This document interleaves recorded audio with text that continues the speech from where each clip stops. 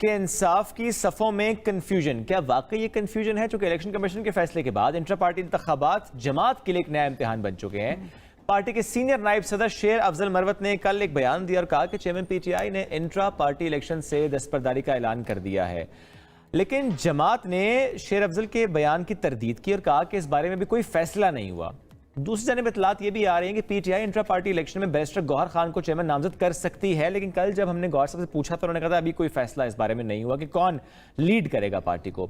इस वक्त पाकिस्तान तहरीक इंसाफ के सीनियर रहनुमा मोहम्मद हुमायूं अहमद साहब हमारे साथ मौजूद। अस्सलाम वालेकुम जी, कैसे हैं आप? अस्सलाम वालेकुम जी, बिल्कुल ठीक ठाक अल्हम्दुलिल्लाह। पहले कल के बयान पर ही आते हैं, क्या शेर अफजल मरवत साहब का बयान, आपकी इस पर क्या राय है? वो जो उन्होंने कहा कि चेयरमैन तहरीक इंसाफ दस्तबरदार हो रहे हैं इंट्रा पार्टी इलेक्शन से।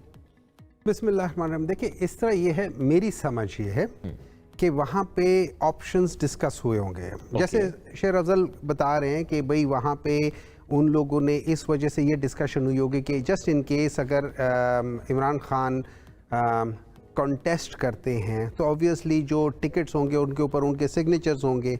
जब उनके सिग्नेचर्स होंगे so some people can use that as a pretext कि भाई जस्ट बिफोर द इलेक्शंस वो उनको नाअहल करार दे के किसी भी केस में एक गलत और सही फैसला ही करना है ना भाई।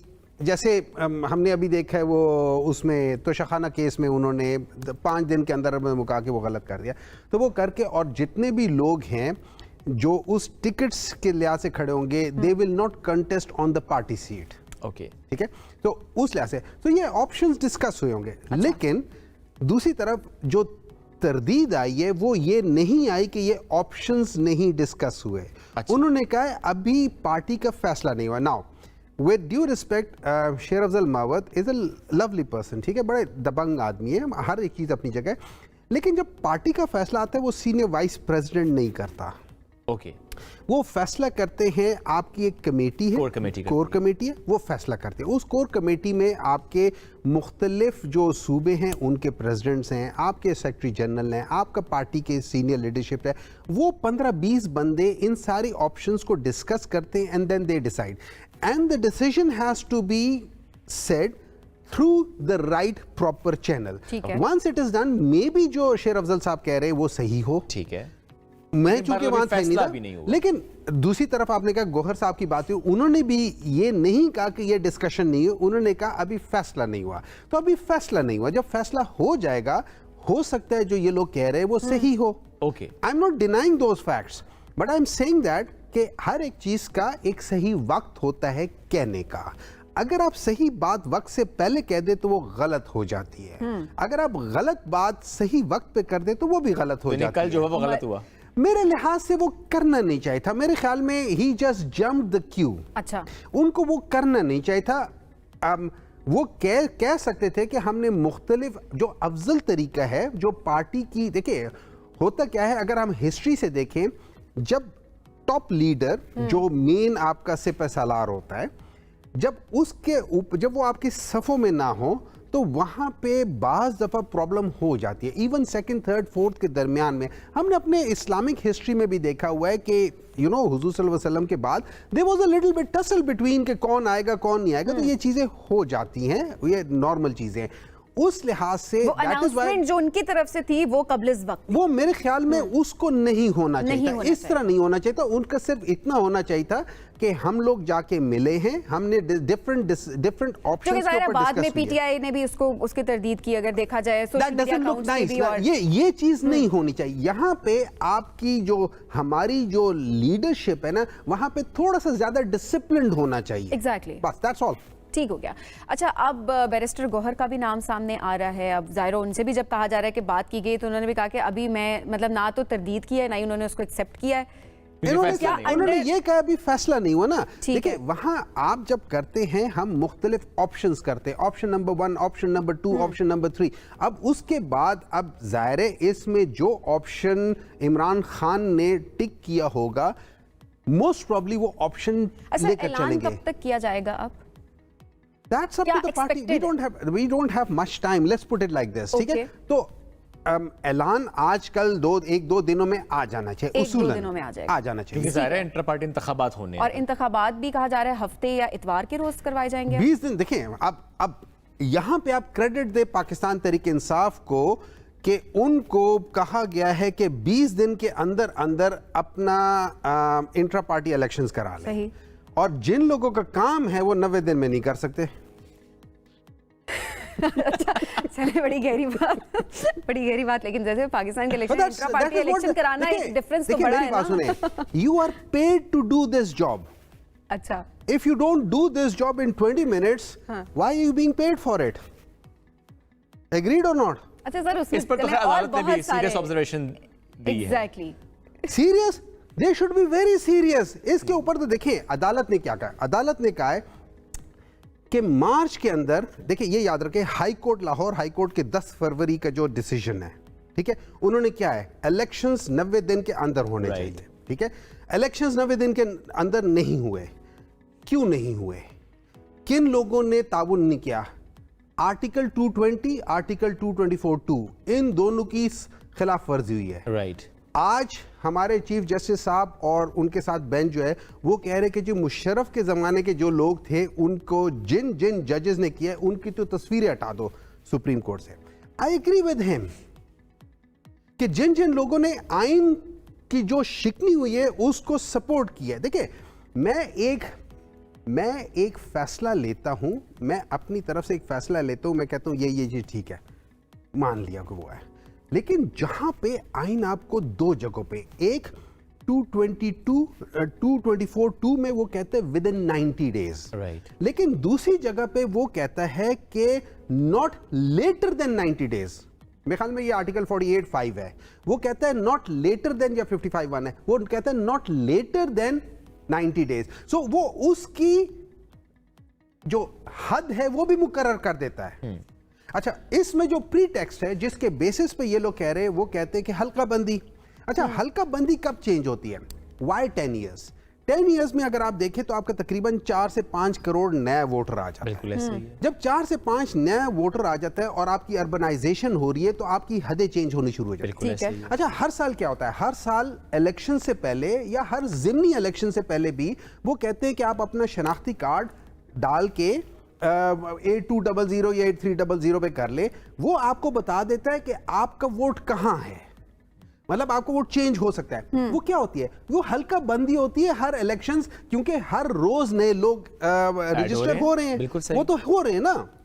अब जब वो हो रहे हैं तो आपकी छोटी छोटी हल्का बंदियां चेंज हो रही होती है। इन अदर वर्ड्स, छोटा मोटा होता है।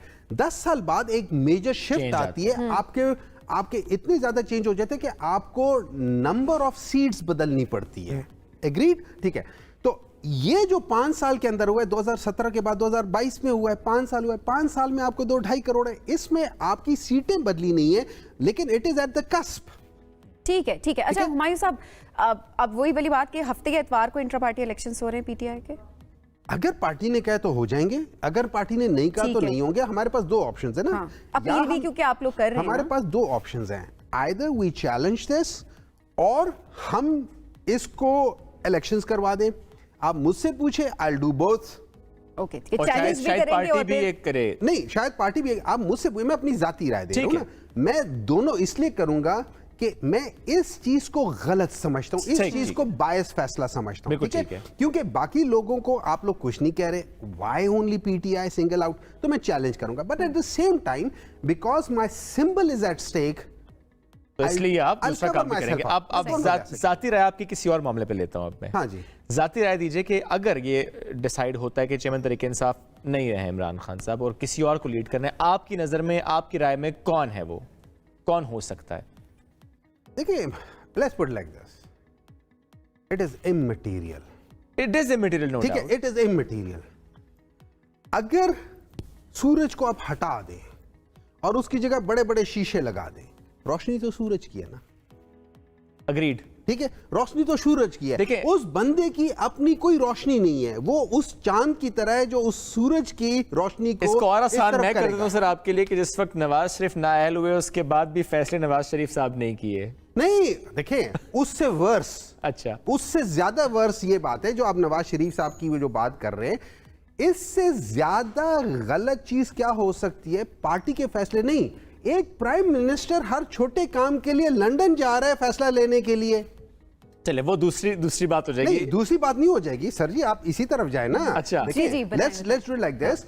आई am sitting in London, you are the prime minister, आपको कहा जाता है यार उस कैमरे को उधर कर दो, आप लंदन आते हैं, सर जी मैं कैमरा उधर कर दूं, वो कहता है नहीं जी कैमरा उतना उधर ना करो, थोड़ा उधर कर लो। आपने खुद कहा कि इमैटेरियल है, अगर आपकी पार्टी के लिए बात इमैटेरियल है तो वो नून लीग के लिए भी इमैटेरियल हो सकती है और government are two different things. अच्छा, विद इन द पार्टी 100 बिस्मिल्लाह, मियां नवाज शरीफ के अलावा किसी की मत सुने, वोट उसके है, रोशनी उसकी है। Government, give me a break. Agreed. अब मेरा सवाल वहीं का वहीं है, भले इमैटेरियल है ये, लेकिन कौन? कोई भी हो सकता है। आपकी नजर में सबसे पहली ऑप्शन मेरी क्या नजर होगी? में ये सारी ऑप्शंस टेबल पे मेरी रख देते नजर हैं। में अगर आप मुझसे पूछे ना, आज के सिनेरियो में मैं देखता हूं कि यार अगर डॉक्टर हुमायूं को मैं बनाता हूं तो डॉक्टर हुमायूं ऐसे पोजीशन पे है कि जहां पे अगर इसके ऊपर प्रेशर आया तो हो सकता है ये डगमगा जाए। ओके, लेकिन फलाना बैरिस्टर, फलाना लॉयर, फलाना एडवोकेट, फलाना वो है, उनके ऊपर प्रेशर्स नहीं आ रहे। इसका मतलब एक लॉयर ही बनेगा। वक्त का तकाजा मेरा ये, मैं ये समझता हूं कि अगर लॉयर बन जाता है हाँ। तो फिर हमारा वो जो प्रेशर सस्टेनेबिलिटी है वो बेहतर हो जाए। बैरिस्टर गौहर एक अच्छी ऑप्शन है। देखिए बैरिस्टर गौहर है, मेरे ख्याल में हामिद खान बहुत अच्छा ऑप्शन है। ओके, अच्छा। He is a very senior leader और पार्टी के वो ज्यादा कारकुन भी competent रहा कौन है। है? तो अगर आप मुझसे पूछें तो अगर आप मुझसे पूछेंगे तो मेरा पर्सनल वोट जो है ना हामिद खान की तरफ जाएगा, क्योंकि मैंने उनको पार्टी में काम करते हुए देखा है और सही। बड़े अरसे से देखा। और अगर ये होती है बात हामिद खान साहब से मुतालिक, तो जितने इस वक्त तरीके इंसाफ से जुड़े हुए हैं वो इस मामले को सपोर्ट करेंगे या कोई डिवाइड? देखिए होगी। पॉलिटिक्स में it is personal liking disliking. You Okay. मैं बहुत अच्छा इंसान हूंगा या मैं बहुत बुरा इंसान हूंगा, वन वे और अनदर वे। मुझे चाहने वाले भी होंगे, मेरे से डिसएग्री करने वाले भी होंगे। तो चाहे हामिद, देखिए मैं आपको एक और चीज बताता हूँ, डू यू नो मैंने पीटीआई के अंदर इमरान खान को सीढ़ी पे खड़े होते हुए और छोटे से छोटे वर्कर को उनके ऊपर यूं उंगली उठाते हुए देखा है। किसी और पार्टी में इतनी हिम्मत नहीं है को इमरान अपने जो प्रेसिडेंट है, जो चेयरमैन है, उसको यूं करके कहे तुम्हारी ये गलती है। किसने किया वैसे ये? हर जगह पे हुआ है। हमारे ये 2010 से 9 से 8 से मैं देखता आ रहा हूँ ये सारी चीजें हो रही है। उन्होंने जहां लेकिन जो पार्टी छोड़ता है वो कहता है कि वो तो सुनते ही नहीं थे बात। देखिए मैं आपको एक बात बताता हूं, मैं आपको अपनी पर्सनल बात जी, जी, बताता हूं, please. And you can confirm this thing from the London chapter. Okay. मैं इंटरनेशनल चैप्टर्स का सेक्रेटरी था, ठीक है, एन इलेक्टेड सेक्रेटरी। Right. मैं वहां पे इलेक्शंस कराता था, ठीक है, इलेक्शंस कराया। मुझे पता चला कि एक ग्रुप जो स्ट्रॉन्ग ग्रुप है, उन लोगों ने बाज जगहों पे, हमारा ये था कि आप वोट खरीद नहीं सकते हो, ठीक है, हम लोग कीमे वाले नान वाली सियासत नहीं करना चाहते थे। आप तो कौन सी वाली हमें पता चला कि वहां पे थोड़े से कीमे वाले नान चले। अच्छा। ठीक है, तो हमने इन्वेस्टिगेट किया। जब हमने सही। इन्वेस्टिगेट किया तो हमें पता चला कि हाँ कीमे वाले नान थे। तो मैंने उस ग्रुप को मैंने डिस्क्वालीफाई कर दिया। मैंने कहा ठीक है, थैंक यू वेरी मच, आप लोग ये इलेक्शंस में नहीं आ सकते। सही। मुझे अच्छा, उनके बड़े स्ट्रॉन्ग लिंक्स थे, तो मुझे खान साहब ने बुला लिया। उन्होंने कहा यार टोटल 2000 बंदे के अंदर इलेक्शंस करा रहे हो तो नजरअंदाज कर दो। मैं आपको लिटरली बात बताता हूं, मैंने कहा कि इमरान भाई बात ये है, ये सबूत है मेरे पास, ये वेरिफिकेशंस हैं, आप अगर इनको चेंज कराना चाहते, वापस लाना चाहते, मैं रिजाइन दे देता हूं, आप इनको वापस ले आओ, लेकिन जब तक मैं इस सीट पर हूं मैं ये होने नहीं दूंगा। Guess what? He kept quiet for 2 seconds and then he said, ठीक है डॉक्टर साहब, फिर जो आप बेहतर समझते वो कर लो। उसके बाद मैंने कहा इमरान भाई, मेरे मामले में आप ना पड़े, मैं कभी आपको लेट डाउन नहीं करूंगा। अच्छा। But that's all. And he agreed to me. अच्छा, इतने सुनते थे? और मुझे अभी 2 साल 3 साल हुए थे पार्टी में आए हुए। अच्छा, तो वो जो तमाम सुनते लोग कह थे। रहे हैं कि वो सुनते ही नहीं थे, उनकी कोई हैसियत नहीं थी, खान साहब सिर्फ अपनी करते थे और किसी भी रहनुमा को उस तरह की इंपॉर्टेंस नहीं देते, तो वो सब गलत कह रहे हैं। देखिए इस तरह होता है, आप इधर बैठी हुई हैं, मैं आपके साथ, और आप पोजीशन पे बैठी हुई हैं, मैं आपसे आर्ग्यू करता हूं, मैं अपनी बायसिज्म लेकर आ रहा हूं आपके पास, और आप देख रहे हैं कि यार हुमायूं बायस्ड है, ये मुझे कन्विंस नहीं कर पा रहा, आप मेरी बात नहीं मानोगे। जब आप मेरी बात नहीं मानोगे, मैं क्या कहूंगा बाहर जाके? मैं जाके ये तो नहीं कहूंगा ना यार मैं उसके खिलाफ ये बातें कर रहा था। मेजॉरिटी लोग ऐसे थे जिनमें कन्विंसिंग पार्ट थी नहीं, कन्विंस नहीं कर सके। इतना मुश्किल था चेयरमैन पीटीआई को कन्विंस करना, इतना मुश्किल काम है? नहीं, सबसे आसान काम है, सबसे आसान काम है। Provided you give him a reasonable argument. अच्छा, ही इज वन पर्सन जो आर्ग्यूमेंट्स पे, and he is a very strong personality. वो जब आप ये देख लें कि हमारे प्राइम मिनिस्टर्स जो भी बाहर गए, जब भी गए, कोई उस कोने में खड़ा होता है, कोई उस कोने में खड़ा होता है, लेकिन उसका ऑरा है, जब वो जाता है he becomes the centre stage. मतलब प्यूटिन जैसे बंदे, डोनाल्ड ट्रंप जैसे बंदे, they are overshadowed by his personality, his aura, his everything. वो कहीं चला जाए, he becomes the centre of attraction. अल्लाह ताला की उनके ऊपर एक बहुत बड़ी फजल है, और वजह क्या है? एक शख्स जो अपनी जात की हैसियत से लाखों लोगों का वसीला बन गया है कि उनके बच्चों का फ्री इलाज करा ले, और लोग उनको दिल से दुआएं देते हैं, क्या अल्लाह ताला उसकी दुआएं नहीं सुनेंगे? अच्छा सर, एक सवाल वो जो था शुएब का, आप दोबारा से रिपीट करेंगे, उसका जवाब दे दें कि हामिद साहब के नाम पर इत्तेफाक होता है या गौहर साहब के नाम पे होता है? जो भी सिलेक्ट किया जाएगा चेयरमैन पीटीआई के ओहदे के ऊपर, तो पार्टी में कोई डिवाइड नहीं आएगा, सब उस चीज को एक्सेप्ट करेंगे, उस फैसले को? आपने कहा कि पसंद नापसंद हर किसी की अपनी है, लेकिन इस वक्त पार्टी के अंदर की बात हो रही है, विद इन पार्टी, कोई आउटसाइडर्स की बात नहीं हो रही है। विद इन पार्टी मेरा ये ख्याल है कि अगर इस सिचुएशन में अगर किसी की नॉमिनेशन आती है कि यार मैं इसको आप करो, और उसको बैकिंग आती है इमरान खान की, मैं हो सकता है मैं उससे एग्री ना करता हूं, ठीक है, लेकिन इस सिचुएशन में मैं उसके साथ जाऊंगा, क्योंकि this is a moment where I need to be little bit more disciplined. लेकिन हाँ, मैं शायद उससे एग्री ना करूं, मैं उस शख्स से एज एन पर्सन मैं आपकी बजाय हो सकता है उनको ज्यादा चाहता हूं कि वो बने, लेकिन बिकॉज आपके पीछे वो शख्स है जो आपको बैक कर रहा है, तो मैं इस वक्त इस सिचुएशन में मैं आपको ना चाहते हुए भी मैं आपको सपोर्ट करूं। लेकिन this is the beauty of intra party election. हम लोग वो तो नहीं है ना कि आपको किया तो बिला मुकाबला, भाई पीछे अगली तरफ कोई है ही नहीं। अगली तरफ इसलिए नहीं है कि वो सारे वो एक हुक्मरान खानदान है और ये सारे महकूम हैं, और क्या वो हुक्मरान के सामने उनके गुलाम कैसे खड़े हो सकते? यही वजह है पीटीआई में ना गुलाम है कोई, ना हुक्मरान है कोई। पीटीआई में हाँ एक लीडर है और एक उसके साथ उसके कोलीग्स हैं। यही वजह है कि अलीमा खान साहिबा का नाम सामने नहीं आ रहा, कि वरना यही टैग पीटीआई पर लग जाएगा। खानदानी सियासत। अगर मुझसे सवाल पूछा गया था कि अगर उनकी बहनें या उनकी बेगम या कोई इस किस्म का आ जाए तो आपका क्या रिएक्शन होगा, मैंने कहा कि फिर मैं पीटीआई में नहीं हूंगा। अच्छा, okay. In principle I join PTI के इसमें खानदानी सियासत नहीं है, जमहूरियत है, जमहूरियत है। हाँ, एक ओवरशैडोइंग पर्सनालिटी है, लेकिन उसी पर्सनालिटी की वजह से तो मैं आया हूं, उसी पर्सनालिटी ने तो मुझे मुतासिर किया था, उसी पर्सनालिटी को मैं फॉलो कर रहा हूं, बट दैट डजंट मीन उस पर्सनालिटी की वजह से मैं उनके बच्चों को फॉलो करना शुरू कर दूं। मैं उन लोगों में से नहीं हूं कि जैसे, with due respect to all my colleagues, जैसे आप बाकी उसमें देख ले, बड़े बड़े बुर्ज हैं, हाथ बांध के खड़े हैं। अरे अगला 25 साल का बच्चा नहीं है वो, शायद खाकान अब्बासी को जाके या एतजाज एहसन को जाके पॉलिटिक्स सिखाएगा। खुदा का खौफ करे, ये मुल्क है, ये क्या है? अच्छा, आप उस पॉइंट ऑफ व्यू को देखें, हम हुक्मरान खानदान, इससे ज्यादा फिरौनियत आप कहां देखते हैं?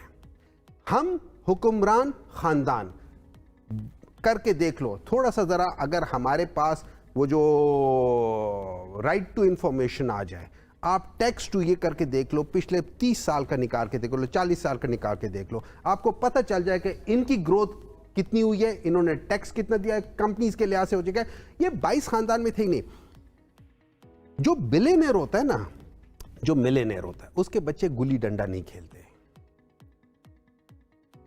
मियां नवाज शरीफ की एक इंटरव्यू में देख रहा था, उसमें कह रहे थे कि हम वो क्या गवाल मंडी के वहां पे होते थे और उस जगह पे हम लोग गुल्ली डंडा खेलते थे, ये करते थे। बिलियनियर के बच्चे 22 खानदानों के किसी बच्चे ने गुल्ली डंडा नहीं खेला। हम सवाल है, बहुत शुक्रिया।